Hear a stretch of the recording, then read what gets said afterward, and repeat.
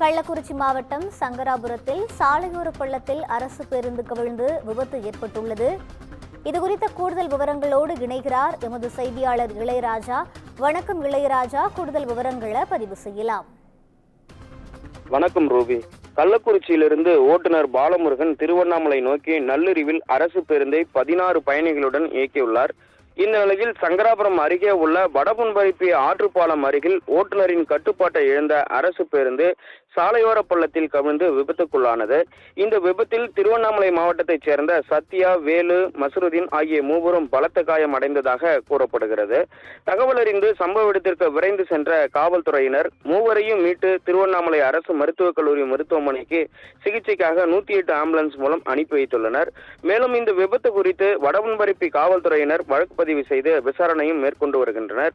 மேலும் பேருந்தில் பயணம் சென்ற பயணிகளுக்கு அதிர்ஷ்டவசமாக உயிர் தப்பியும் உள்ளனர். இதனைத் தொடர்ந்து பேருந்தை மீட்கும் பணியில் நெடுஞ்சாலைத்துறை அதிகாரிகள் ஈடுபட்டு வருவதும் குறிப்பிடத்தக்கது. தொடர்ந்து அந்த பகுதியில் போக்குவரத்து பாதிப்பும் ஏற்பட்டுள்ளது. ரூபி,